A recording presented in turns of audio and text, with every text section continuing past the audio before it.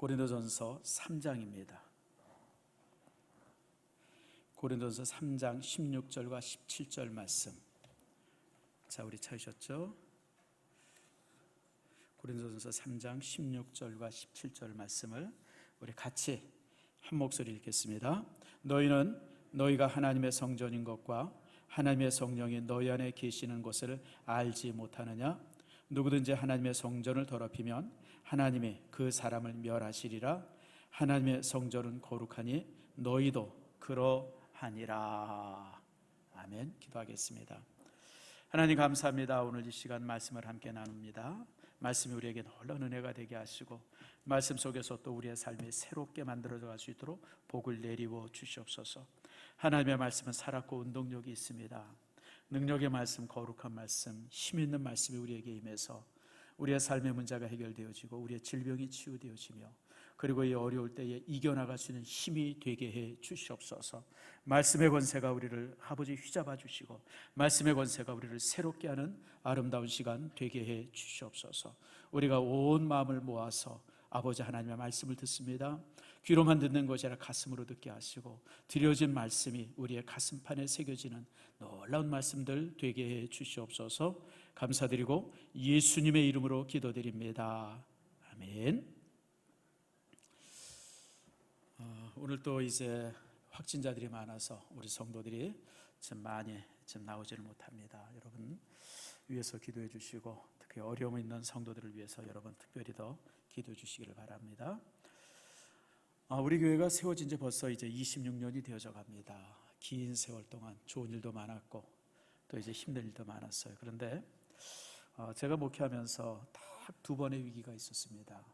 우리 교회는 여러분 잘 알다시피 거의 이렇게 위기나 흔들림이 없는 그런 교회입니다. 근데 딱 두 번 어려움이 있었어요. 첫 번째 어려움이 이제 개척해서 2년 후에 찾아온 IMF입니다. 뭐 우리뿐만 아니라 대한민국에 있는 모든 교회가 다 어려웠죠. 그때 참 어려웠어요. 교육전사님들도 다 사임하고 뭐 교회 그냥 뭐 여러분 개척교회 뭐가 있겠어요? 진짜 뭐가 없죠. 제가 그때 그 고생했던 것 때문에 지금 이제 미자리 교회를 도우려고 애를 쓰는 게 그래서 그렇습니다. 제가 경험해 봤기 때문에 제가 그때 얼마나 막막했는지 참 지금 생각하면 참 끔찍해요. 야, 그때 내가 어떻게 살았나. 아무튼 그때 이제 그 상황을 견뎠고 또 하나가 이제 올해 찾아온 이 IMF입니다. 이 코로나 바이러스입니다. 코비드 19죠. 참 이게 방법이 없어요. 참 이게 참 힘들다. 참 교회들마다 우리뿐 아니라 모든 교회가 지금 호되게 당하고 있죠. 며칠 전에 총회에서 회의가 있었습니다. 참석해 봤는데 가장 중요한 의제가 뭐냐면 미자립 교회가 문을 닫는 거예요. 지금 이제 벌써 문 닫은 교회가 한 200여 교회 정도 되고요. 또 이제 문 닫으려고 막 이런 교회들이 또 이제 수백 교회, 수천 교회 정도 되겠죠. 어떻게 해야 되느냐. 그래서 우리가 이제 총회 안에서 미자립 교회를 지원하기 위해서 모아진 기금이 한 40억 정도 있어요. 그걸 이제 올해 내년에 다 쓰자. 그래서 20억씩 나눠서 쓰자. 그렇게 의논이 되어졌습니다.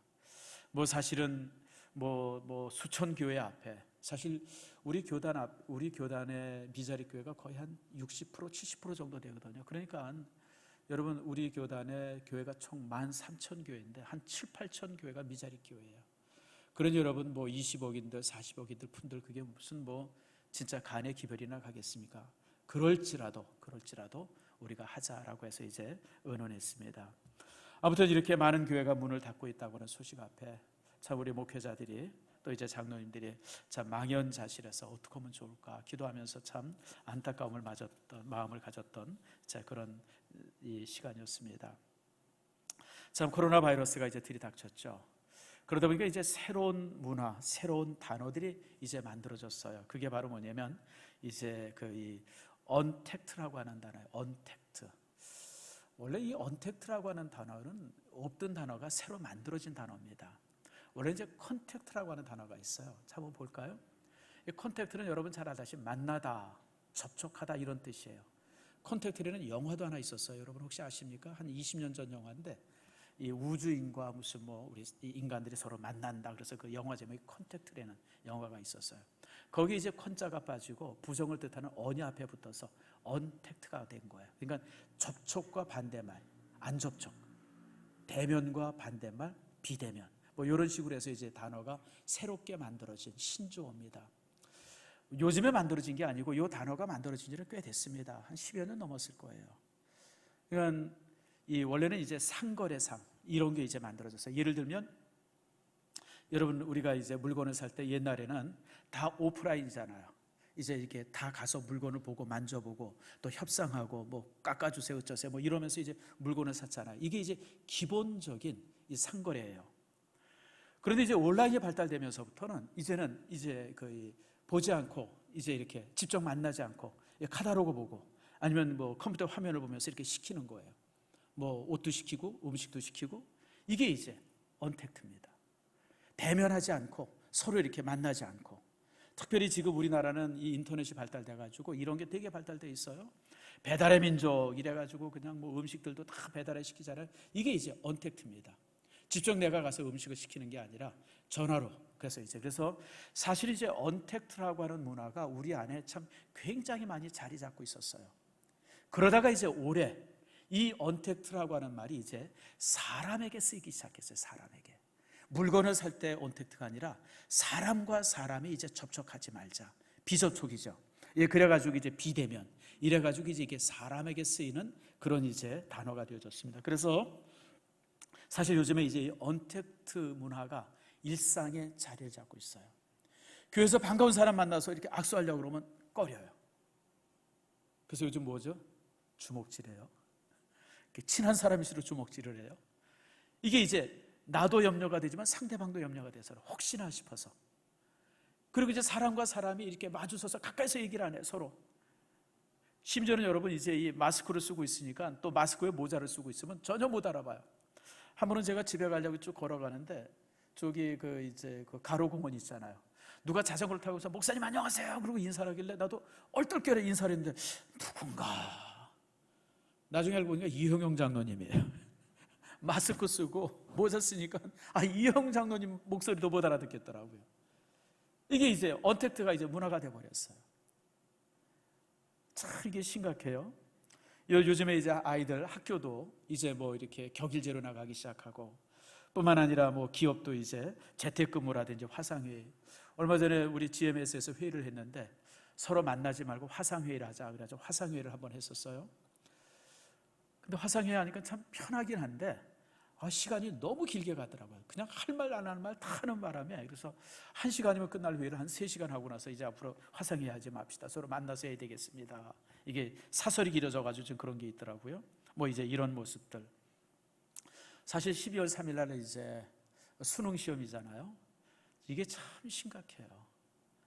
아이들 지금 뭐 정말 거의 한 100만 가까이 됩니까? 시험 치는 아이들이. 그 아이들이 함께 모여서 이렇게 시험 치를 때 지금 이게 진짜 무슨 뭐 핵폭탄처럼 이렇게 터질 수 있는 가능성이 있어요. 그래서 참 지금 이제 나라도 그렇고 교과부도 그렇고 지금 이 부분 앞에서 정말 방법을 찾느라고 굉장히 전전긍긍하고 있는데 솔직히 얘기하면 방법이 없어요. 방법이 없죠. 지금 아무튼 그런 가운데 있습니다. 그런데 이 언택트 문화가 교회 안에 이제 들어오기 시작했어요. 사실 교회라고 하는 것은 철저하게 컨택트 문화입니다. 만남의 문화입니다. 만남이에요. 자, 여러분, 예수님께서 이 땅에 오셨어요. 그걸 갖다 우리는 성육신이라 그래요. 주님께서 이 땅에 육신으로 오셔서 왜 오셨어요? 우리를 만나기 위해서 오셨어요. 주님의 오심을 통해서 우리가 하나님과 만나고 그분의 십자가를 통해서 성도가 만나. 그래서 여러분, 교회라고 하는 것은 철저하게 공동체 문화 속에 있어요. 어떤 사람이 종종 뭐 교회가 이렇게 이제 비대면 예배하는 것도 신앙적으로 큰 문제가 없다, 그래도 된다, 뭐 그렇게 주장하는 사람이 있는데 사실은 교회의 본질을 모르는, 교회의 본질은 만남이에요. 네? 교회의 본질은 만남입니다. 공동체가 교회의 본질이에요. 그런데 이제 이 언택트 문화가 교회 오면서 예배도 이제 이렇게 영상으로 예배드리게 되어지고 목장 예배도 드리지 못하고 막 이러면서 교회의 가장 중요한 이 기본, 이 근간이 지금 흔들리고 있어요. 사실 우리도 그런 거 지금 경험하고 있지 않습니까? 여러분 보세요. 우리가 이제 이렇게 거의 한 8개월 동안 코로나 바이러스가 이렇게 지나가는 동안 솔직히 얘기하면 출석이 거의 절반으로 떨어졌어요. 여러분 보시면 주변에 텅 비어 있잖아요. 절반으로. 물론 이제 가정에서 이제 예배드리는 성도도 있겠지만 참 이게 참 심각하죠. 그러니까 정부에서는 계속 집요하게 교회에서 예배드리지 못하게 말하라, 절반 이상 모이면 안 된다, 3분의 1 이상 모이게 하라, 이런저런 얘기 많이 하고 있는데 참 이게 뭐냐면 교회가, 성부가 교회를 그냥 세상의 어떤 일반 조직과 똑같은 것으로 보기 때문에 그래요. 여러분 사실은 이런 어려움이 있을 때 교회가 갖는 그 사회 역할들이 큽니다.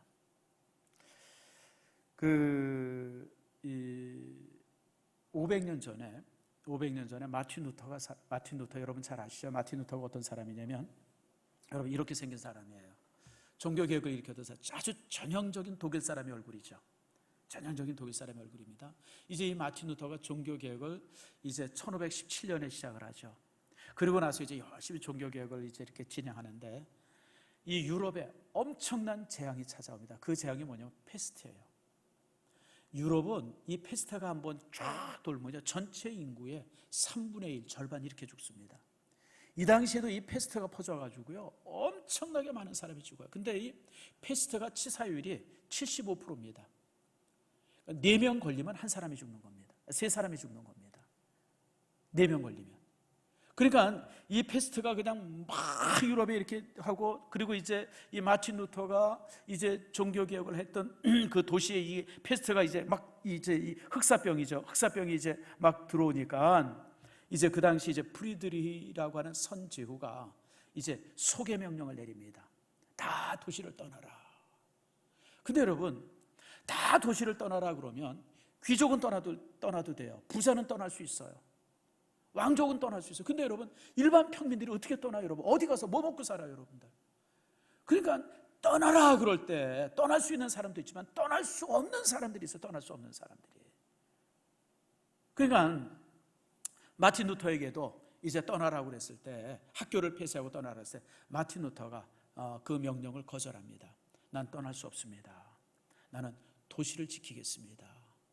그래서 마틴 루터가요 이 흑사병으로 인해서 폐허가 된 그 도시를 지킵니다. 선제후도 떠나고 귀족들도 떠나고 부자들도 떠나고, 그리고 남아있는 사람들이 이제 환자들, 죽는 사람들, 죽어가는 사람들, 그런 사람들만 남아있는 그곳에 이제 이제 마틴 루터가 남아서 그들을 돌봐요. 그들을 돌보면서 근데 이제 그들을 돌보다가 사실은 이제 얼마나 힘들었으면 마틴 루터가 설교하다가 여러 번 쓰러졌습니다. 심지어는 이명 증상이 생겨가지고 막 쩔쩔매기도 했고, 그런 가운데서도 이제 마틴 루터가 이제 이렇게 그들을 돌보죠. 그러면서 이제 그가 썼던 찬송이 오늘 우리가 불렀던 내주는 강한 성이요 방패가 되시니라고 하는 찬송을 이때 만듭니다. 그러니까 마틴 루터가 찬송을 작사 작곡할 때 책상에 앉아서 작사 작곡한 것이 아니라 그 죽음의 현장에서, 그 흑사병으로 해서 수많은 사람들이 죽고 막 그냥 막 이런 그 절망의 그 현장에서 마틴 루터가 이 찬송을 작사 작곡을 합니다. 그래서 여러분 이 내주는 강한 성이요 방패가 되시나라고 하는 이 찬송은요, 여러분 우리가 기독교의 어떤 군가처럼 불렸는데 사실 이건 군가가 아니라 마틴 루터의 신앙의 고백이고 위로의 찬송입니다.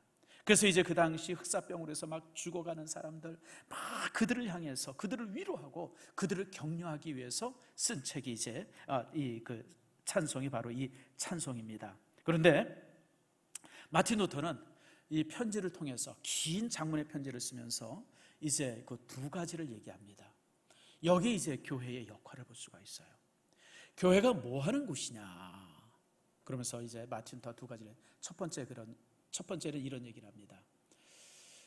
이런 전염병이 퍼졌을 때 소개되는 것, 막 병을 피해서 도망치는 것이 신앙적이라는 거예요. 그게 잘못되지 않았다는 거예요. 종종 이때도 무슨 사람이 있었냐면 우리가 기도 열심히 하고 예배 열심히 드리면 병은 다 물러간다. 그러니까 그 예배 드려야 되고 막 모여야 된다. 이런 부류들이 있었어요. 그건 잘못된 것이다.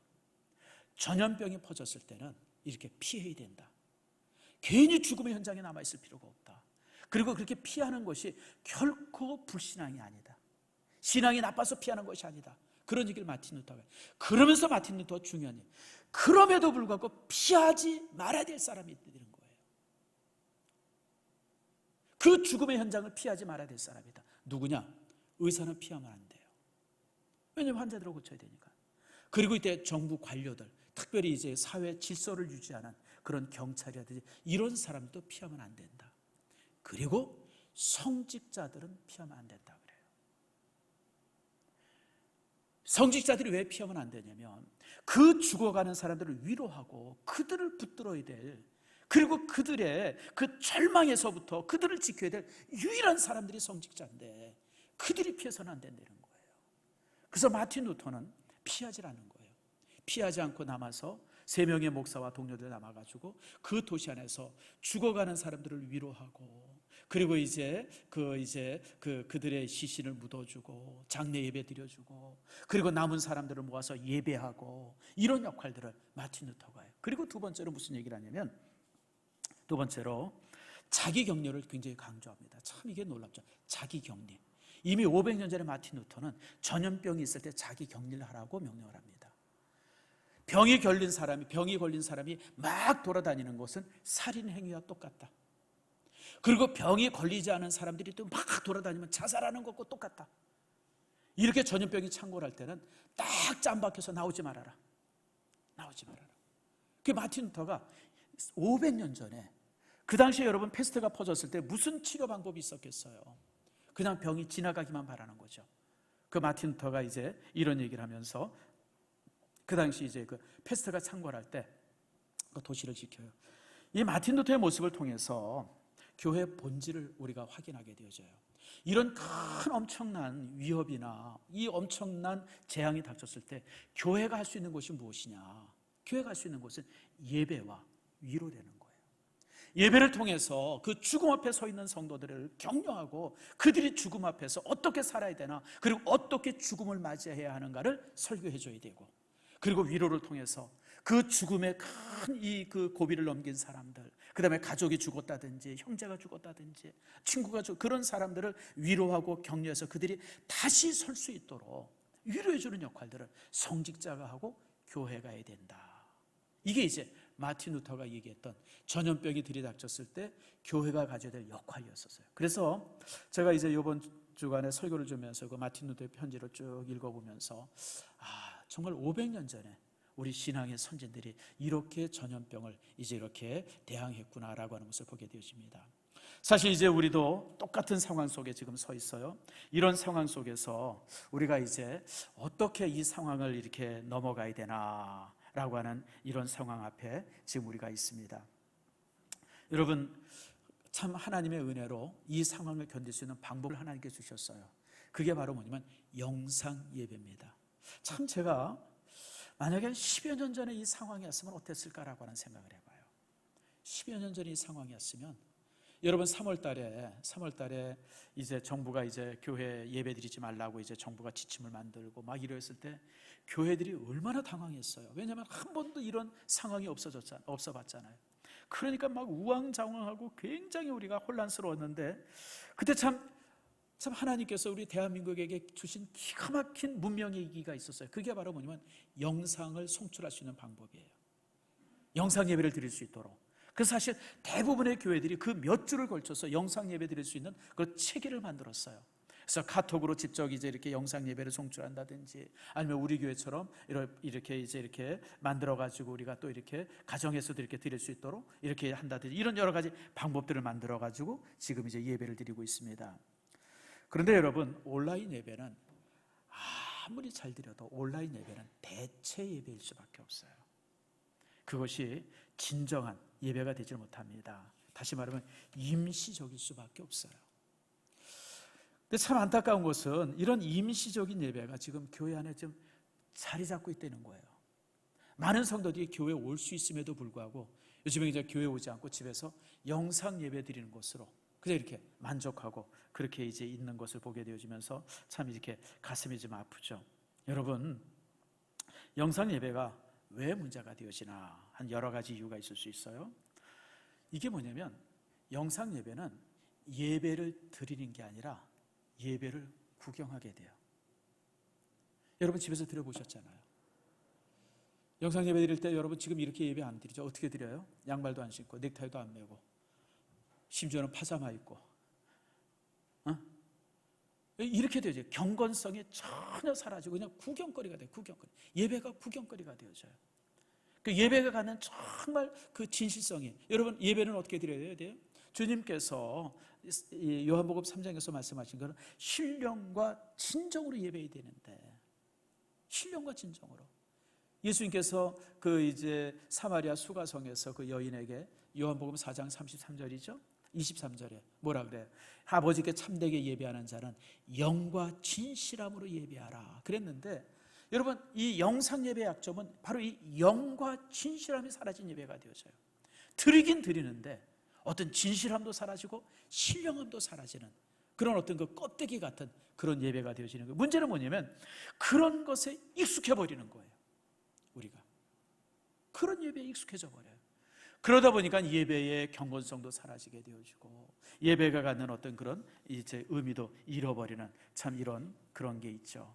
참 그래서 여러분들 이 영상 예배가 좋은 이기임에도 불구하고 이 영상 예배 때문에 진실한 예배의 모습들이 사라져요.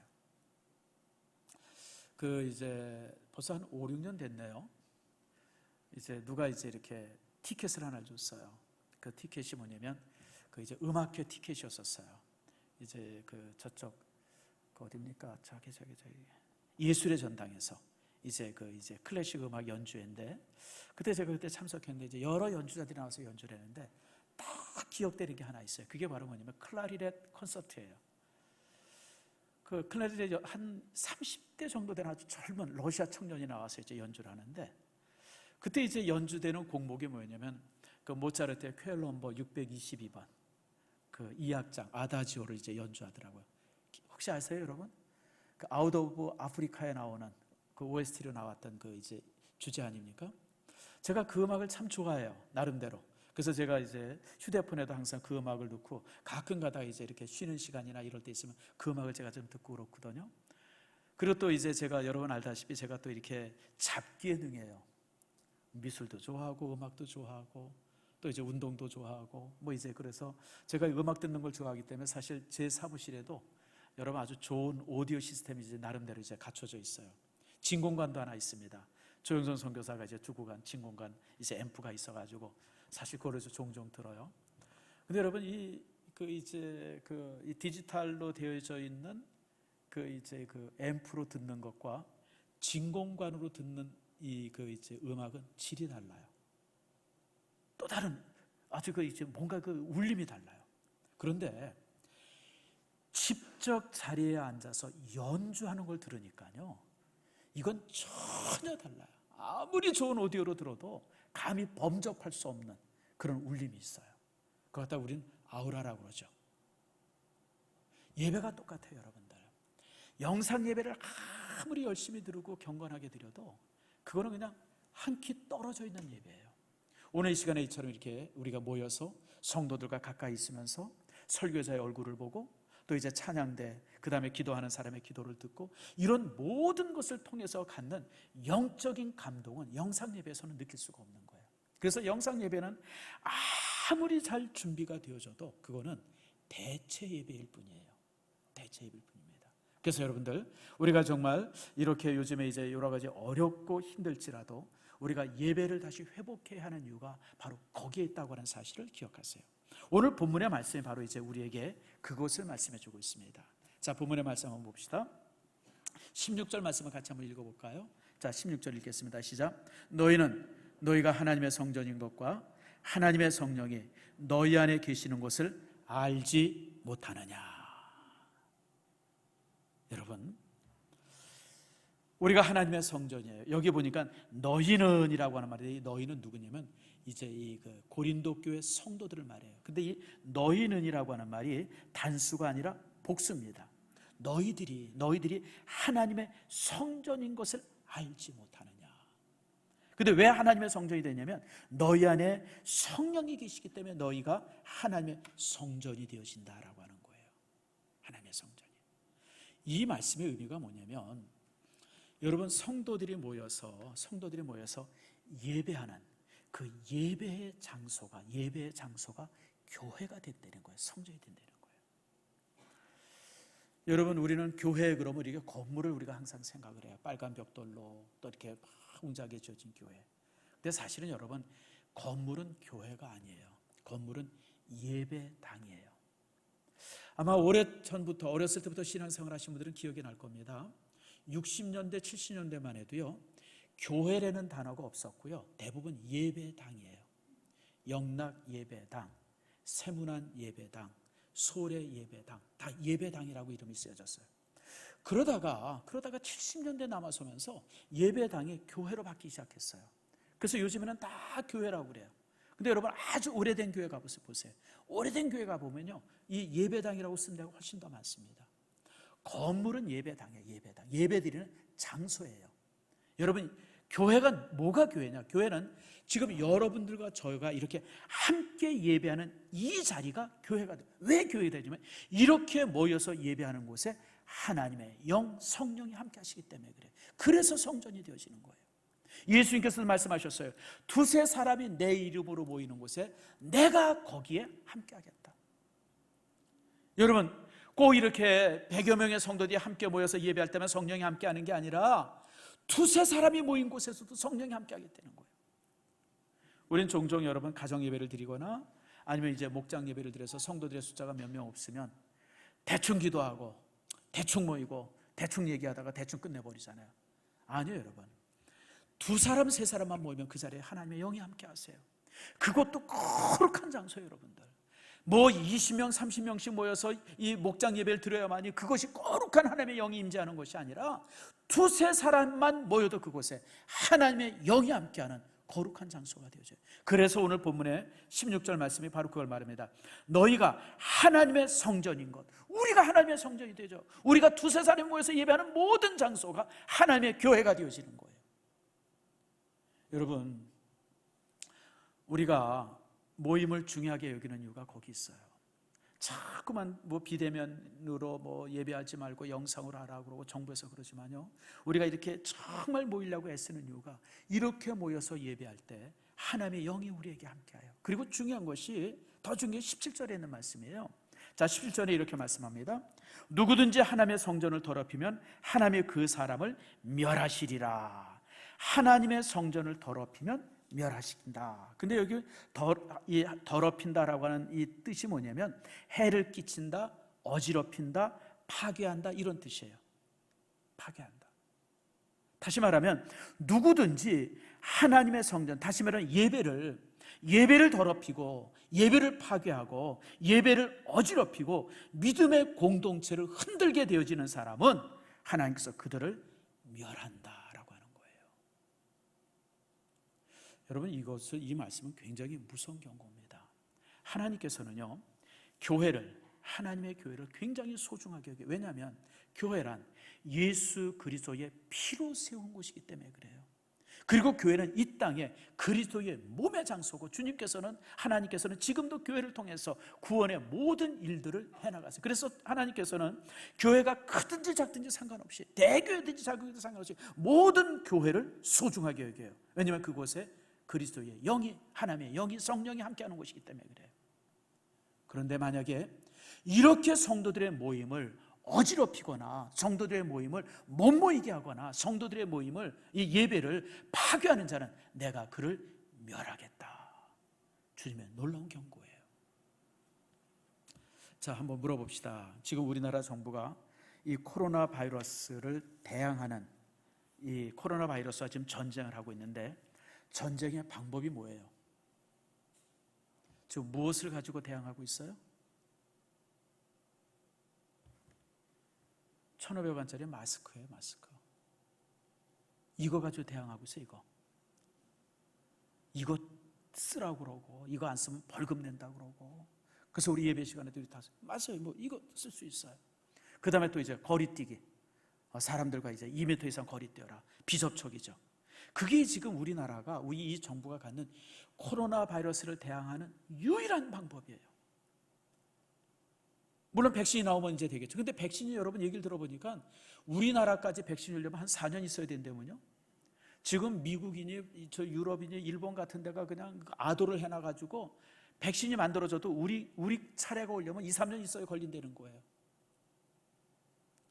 지금 여러분 코로나 바이러스로 인해서 우리가 회복될 수 있고 이길 수 있는 방법이 요 달랑 요 마스크 한 장이라는 게 너무 여러분 황당하지 않아요? 그거 외에는 정부가 가질 수 있는 방법이 아무것도 없어요. 이 정부가 매일 그냥 방송하고 매스컴을 통해서 그냥 막 위협하는 게 뭐냐면 마스크 한 장에 마스크 한 장, 마스크 써라. 그거 외에는 방법이 없기 때문에. 그러면서 지금 뭐라고 얘기하고 있냐면 여러분 이제 예배를 못 드리게 하는 그런 일들을 지금 하고 있어요. 예배도 이렇게 모여서 이렇게 예배하면 이게 여기서 확진자 나올 수 있으니까 예배 드리지 말아라. 심지어는 여러분 제가 2주 전인가 뉴스를 보니까 여당의 어떤 국회의원이 예배 금지법을 지금 발의했어요. 참 미친 사람들이에요. 이제 정부가 예배를 금하라고 명령했는데 만약 교회가 그 명령을 어기고 예배를 드리면 벌금을 5천만 원 내리고 그리고 무슨 뭐 이렇게 감옥을 뭐 얼마 동안 살게 하겠다 법을 만들었어요. 그래서 그 법이 좀 제정됐으면 좋겠어요. 나도 감옥에 한번 가보게. 우리 장로님도 다 따라가야 됩니다. 목사님만 보내고 장로님들은 안 가고 그렇게 의리 없이 하면 안 돼요. 별 거지 같은 나라가 다 있어요. 이건 북한도 그런 법이 없고 소련도 그런 법이 없어요, 여러분들. 아니 대한민국 자유민주주의 국가에 예배 금지법이라는 게 어떻게 만들어져요, 여러분들? 근데 이 정부가 그냥 그 국민들 들들 볶고 그냥 마스크 이런 거 외에는 방법이 없으니까 별짓을 다 해요, 별짓을 다 해. 근데 여러분 아세요? 예배를 금지하는 자를 어떻게 한다고요? 멸하겠다고 말씀하세요, 여러분들. 예배를 금지하면 멸합니다. 유럽의 역사를 보면요, 유럽의 역사를 보면 사실 예배가 이제 교회라고 제가 말씀드리지 않았어요. 예배 공동체가 교회예요. 근데 여러분 유럽의 역사를 가만히 뒤돌아보면요, 이 교회 공동체가 사실 유럽을 지킵니다. 혹시 여러분 이제 관심 있어서 중세사를 이렇게 공부해 보신 분들은 기억날 거예요. 이제 고대 시대 때 보면 지금부터 한 2000년 전이죠. 한 나라가 만들어지면서 한 나라가 가장 이렇게 숙적이었던 나라가 땅이 있었는데 그게 흉노족이었었어요. 근데 이제 한 나라 때 무제라고 하는 이 왕이 나오면서 4번째 왕인가 그럴 거예요. 이 흉노족을 쫓아냅니다. 그래서 이 흉노족이요, 이제 만주 쪽에 몽고 쪽에 있었던 흉노족들이 다 도망을 쳐요. 어디로 도망을 쳐요? 서지를 합니다. 서지를 해가지고 어디까지 오냐면 유럽 가까이 옵니다. 근데 거긴 또 누가 살고 있어요? 게르만족들이 살고 있었는데 이 흉노족들이 확 오니까 이 흉노족이 또 이름 그대로 흉노 아니에요. 그냥 얼마나 쌈질을 잘하는지. 그래서 이 게르만족들이 거기서 도망을 쳐요. 도망을 치면서 어디로 들어오냐면 또 이제 유럽 쪽으로 들어오는 거예요. 그래서 이제 저쪽 유럽 변방, 지금으로 말하면 여러분 카스피해라든지 흑해 이쪽에 살고 있었던 이 게르만족들이 다 이제 유럽으로 도망을 와요.